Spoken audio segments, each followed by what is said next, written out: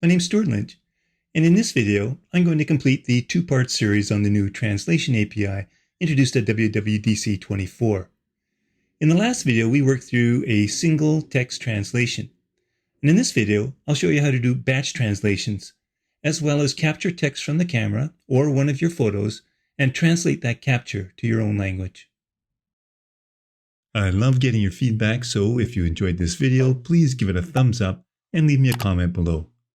Make sure you ring the bell to enable notifications and get notified whenever a new video is released. And if you want to support my work, you can buy me a coffee. A link is in the description. There is a starter project for this video, and you can download it from the link in the description. There are 3 branches, so make sure that you download the Part 1 completed branch for this project, as it has the starter resources from the completed code from the first video. If you watched and completed the first video, you can just carry on from there. The Part 2 completed branch contains the completed source code for the video. You can just download and expand the zipped archive. This project does require Xcode 16. So we're going to continue on with the Translation API. And in this view, I'm presenting a number of comments for a particular restaurant. And you can think of this as being a feed from a website, so we want to be able to give the user the ability to batch translate all the comments at once. Well, the Translation API can do this, but only if the comments are all in the same language. Fortunately, these are all in German, and I want to have them translated into English by local language. If your feed has comments in different languages, you'll have to first filter by language before using these next 2 functions that I'm going to show you how to do. I have this model called review. That's an identifiable object with 2 other properties besides the ID property. There's the original comment, which is a string, and a translated comment property that is a string as well, but it's initialized as an empty string. So in this case, there's only 1 comment per review. If you had multiple comments, this would have to be an array. But for demonstration purposes, I'm just going to have a single comment for each of the reviews, and I've created a static array of these reviews. So I'm going to add to my translation service class that I already have created to handle batch translations for these. So instead of a single string of translated text, I'm going to add a new property called reviews. That's an array of review, and I'll initialize it as an empty array. So when our view loads, I'll populate that array with our static array. But you could be getting this from an internet feed. So in the initializer, we'll simply assign that sample array to our array of review. Well, once our reviews have been translated, I may wish to clear out that translation. And I can do this by creating a function that I'm going to call remove translations. In the body, I can use the reviews.indices and a for each loop that'll provide me with an index that I can use in the code. And I'll use that index to select the reviews at that index and set the translated comment to an empty string. So if we move to the multiple translations view now, the first thing I'll need to do is import translation. And then in this view, we can access our translation service from the environment. So I'll make sure that I create the environment variable and call it translation service. And then I'll inject an instance of that translation service into the preview environment as well.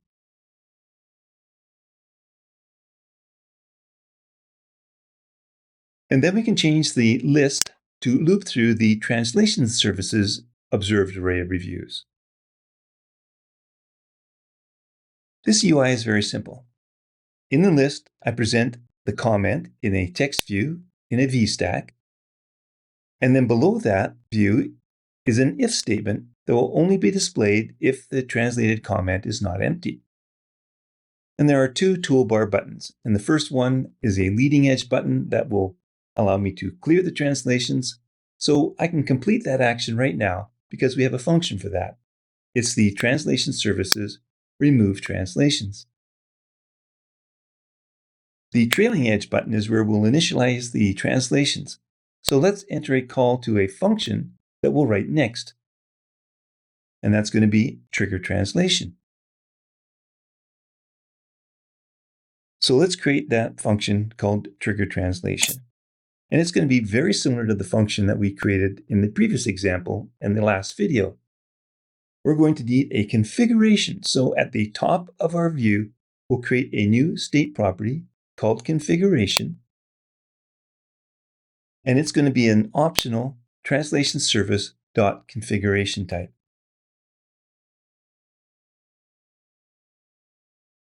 I can return to the function then, and we can check to see if the configuration is not nil. If it is, we'll create a new one. And the easiest way to do this, since the configuration knows it must be a translation.configuration type, is simply to type .init, and it'll offer up the different initializers for that type. Well, we only want the one that allows us to specify a target language. And unlike the previous example, I'm going to fix this as English because I want it always to be translated to English.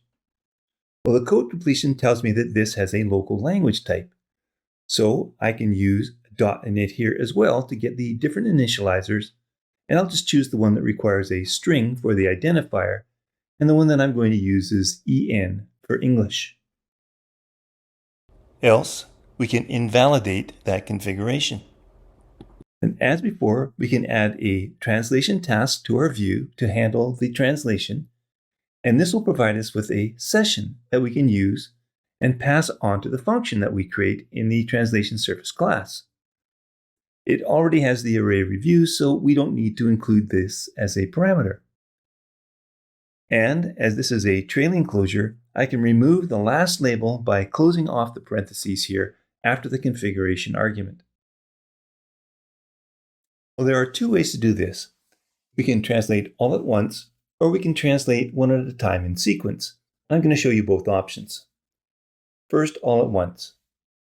So let's create a function called translate all at once using the session that we passed in, which is a translation service.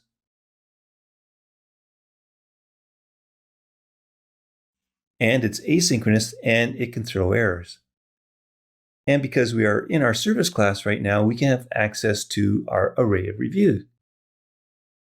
Well, since we're doing these all at once and each translation is an asynchronous action, we'll need to create a task and ensure that it's executed on the main thread. So we'll create an array of translation session requests by mapping our reviews array so that in the closure, we can use the review iterator to create a translation session request where the source text is the review's comment. And since we know that this is a translation session request type, we can use init and then select the source text initializer. Now that we have that array, we can get an array of corresponding responses by trying and awaiting the result of calling the session's translation from the request function. Each response will contain the translated text, and that is the target text property. So we can create an array of those responses using a map function again to extract the target text.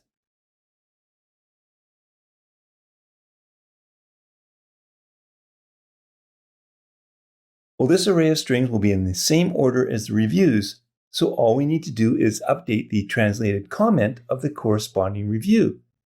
And we can do that by stepping through the strings to translate enumerated, and that will give us an index and the translation. So then we can apply the reviews at that index's translated comment, that translation.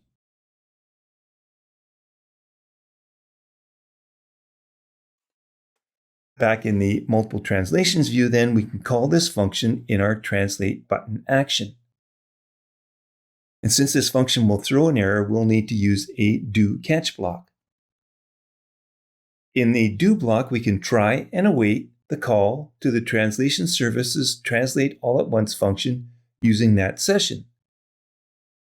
And in the catch block, we'll just print out the error's localized description. And if I can't translate, the string will not get updated. So let's run this on a real device and go to that third tab. I'll tap on the Translate button, and if you don't have German already downloaded, you'll be prompted to do so. I already have it, so the translation is happening immediately. If not, as soon as it's translated, you'll see the translation below each comment in italics. You can also then tap on the Reset button, and they'll get removed. And if you tapped on the Translate button, they'll show again. This updated the entire batch all at once. What if you wanted to have them done sort of in sequence? If you have many reviews, this might be a better choice. So back in the translation service, let's create a new function called Translate Sequence with a single argument, this time using the session, which is a translation session, and it will be asynchronous and can throw an error. And then in the body, like the previous function, we'll create a task that has to be executed on the main thread. So at main actor in. Well, I can copy from our all at once function to get the requests array, but I'll need more than the source text. Well, there's also a client identifier property that is a string. Well, we have the ID property for reviews, but it's a UUID. So we'll need to convert this to a string using the UUID's UUID string property. Now, instead of doing a batch translation all at once, I want to loop through each of the requests and do them one at a time using a try and await to get the response, where I'll use the sessions translate function to pass this time in a batch of requests. Within the loop, I'll first check using a guard statement to see if the ID that I get from the response client identifier is a valid UUID. Otherwise, I'll just continue. Next, I can find the actual index that this corresponds to in our review array using an if-let to find the first index of the review where that ID is equal to the iterated ID. If it finds it, then I can update the item in the reviews array at that index, translated comment, to the response target text as before. So back in the multiple translations view then, we can call this function to our translate button action instead of that other batch command. So let's just comment it out and use try await translation service dot translation sequence using session. So let's test this on a device once again. I'll go to the third tab, and this time when I tap on the Translate button, you see that the items are updated in sequence to the review comment.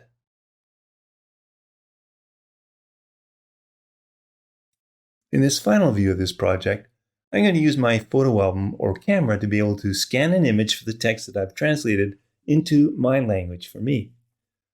I have a complete video on grabbing text from images using the PhotosPicker or the camera. I'll leave a link in the description, but I also recommend that you download my free channel listing app. And here you can search for LiveText, for example, and find that video, watch it right in line, and download both the starter resources or the completed project. If you haven't watched this video, I suggest that you do that first, because I'm not going to go over any of the code in the detail. Instead, I'm just going to use some of the code that I created in that project to apply that technique here and have the text translated. The additional files are already in your starter project, so I'll discuss them as needed.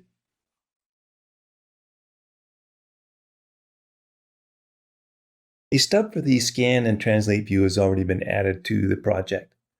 We need to add some more variables and controls and wire it up to the files in the scan text group that I have here. First then, let's get it ready to use those files. We'll be using our translation service to perform the translation. So we do need to import translation first.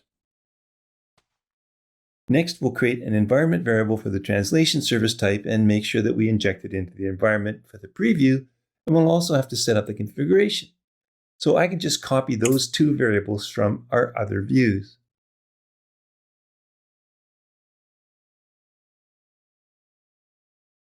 And then I can update the preview to inject a copy of that translation surface.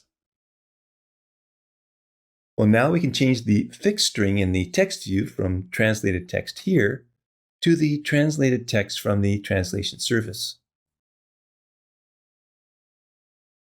At this point, the Scan with Camera button should only be visible if the device the user is using has a camera that can scan text.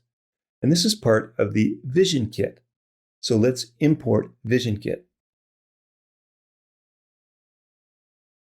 So when you do that, you now have access to a Data Scan View Controller class that has a static Boolean property called isSupported. So we can wrap that around our button by asking if the Data Scan View Controller is supported. That's when we'll display that button. Notice how the button is now gone from the preview, as the preview doesn't support this, but we can create an else clause and supply a text view in its place. For example, this device does not support LiveText from the camera scan. Now below that, I want to display an image picker button to access my photos, and for this I'm going to use the Photos UI. So, as with LiveText, I also have a video on how to implement the PhotosPicker in SwiftUI. And I'll provide a link for this in the description. Or again, you can use my channel listing app and do a search for it. So first we're going to have to import Photos UI. Now I have provided an image picker class in one of those scan text files that we can use, and that I cover in that video. With this file, we can create an instance of this class and use it in our view. So a state property for image picker that initializes the image picker. And then we can use another class of Vision OS called Image Analyzer that it has a static property called isSupported that will let us know if this device can scan and analyze photos. So we can create that if clause and wrap it around what we're going to have for a image picker button. So if Image Analyzer is supported, we'll create our button, else we'll just provide another text view saying that the device doesn't support live text scanning from an image. So if it is supported, we'll create a Photos Picker bound to the image picker image selection. And then we'll use the text view with the string select image as the label. So let's move that button style from the camera button out to the V stack so it's going to apply to both buttons. Well, we could test this button right now in the simulator, but we can't scan in the simulator. So I'm going to continue on here and do more work. Before we forget, you'll have to ask the user permission if they want the app to use the camera. So you're going to have to select the app target, then go to the Info tab, and at the bottom of the list, tap on the plus button, search for and select Privacy Camera Usage Description. And then for the description, just enter something like we want to use the camera to scan for text. Now, before we wire up the LiveText, let's add in our translation methods. When we scan and copy text, we'll want to have the text translated and replace the translation service's scan text property in our view. This is going to require three things. Well, we already have one, and that's the configuration property, the translation session configuration optional property. But we'll also need a trigger function. Since I'm always going to translate to English, I can use that same function from the previous view as well.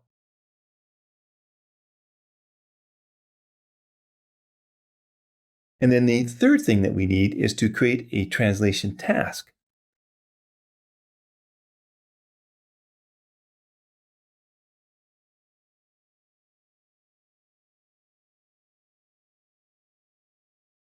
So it's a translation task with configuration, where I'll get a session in,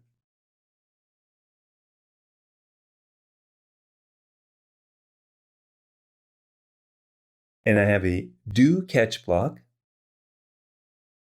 And in the do block, we'll try and await the translation services translate, passing in the scan text using a session.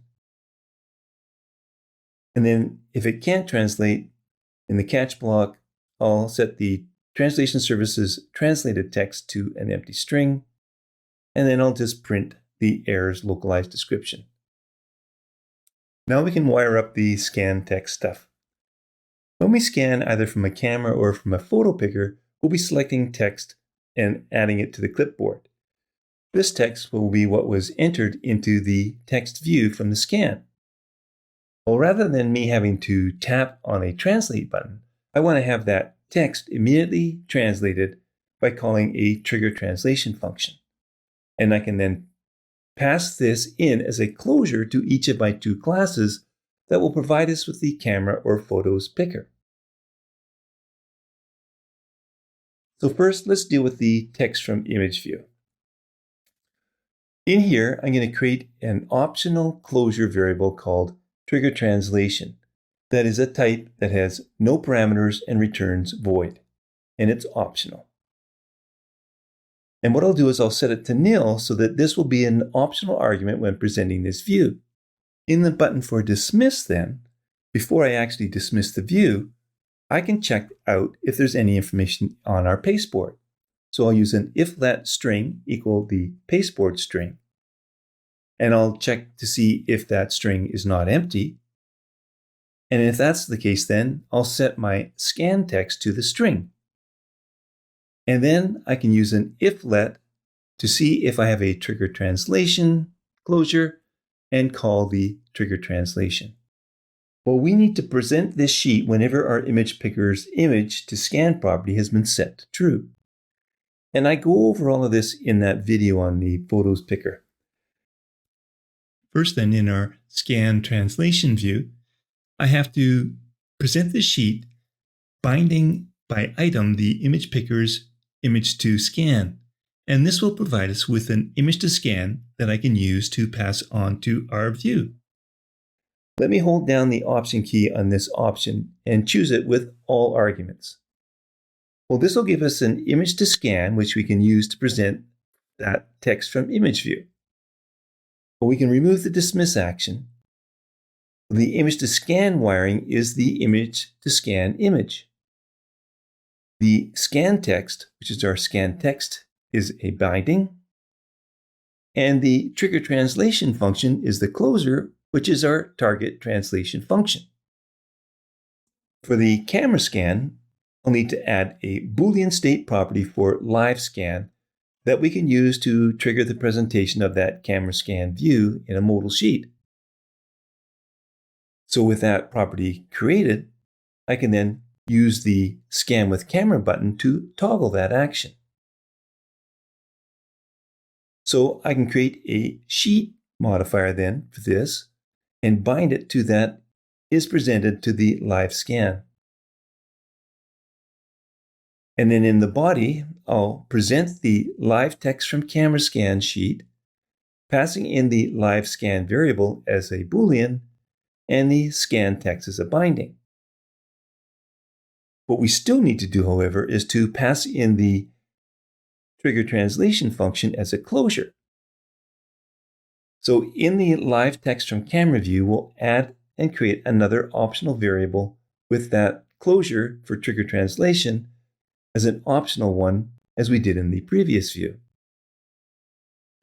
But this live text from camera view is really just a wrapper around the UI view representable that actually does the work. So we're going to have to pass that trigger translation closure onto that view as well.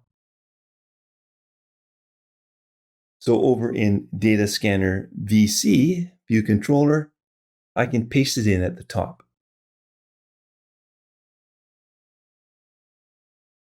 Then in the updated View Controller function, if live scan is false, it means that we are dismissing the view. So in the else clause then, I can use an if let to unwrap the trigger translation function. And if so, then call the trigger translation function. Back in the live text from camera view then, we can add this new argument to our call for this view. Then finally, back in our Scan and Translate View tab view, we can add the same argument when we call this LiveText from Camera View. Now, all we have to do is test by running on a real device. Well, I have two images that you can download from the resources link for this video. One is a German one and one is French. So to speed things up, make sure that you have both of these languages downloaded on your phone, and then add one of those images to your photo library and make sure it syncs up so that when you open the Photos album on your phone, you'll see that photo. And I've synced up the French one already. So let's test this out on the phone. I can go to the fourth tab now and tap on the Select Image button to reveal the PhotosPicker. I can select the French one, and the LiveText function will allow me to select the text on the screen. Once selected, I can copy it to the clipboard and dismiss the view. And when I do that, you see that I get both the French and the text translated into English as well. For the other German image, we'll just open it in preview and pretend that it's an actual real sign. And then I can tap on the Scan with Camera button and point my camera at that image on my screen. Now, because this is the first time that I've done this, I'm asked to give permission to use the camera, which I'm going to do. Once done, I can focus my camera on the sign, and when the text is recognized, I can tap on it, and the screen's dismissed, and we get both the German and the English translation of this parking sign. Well, that's it for this video and this two-part series on translation in iOS 18. I hope you've learned something that you can use in your own projects going forward. If you've enjoyed this video, please give it a thumbs up and leave me a comment below. Be sure to subscribe to my channel and enable notifications so that you are made aware of new videos that I release. You can also download my free channel listing app to be able to search for and find content from any one of my over 300 Swift and SwiftUI related videos. Thanks for watching.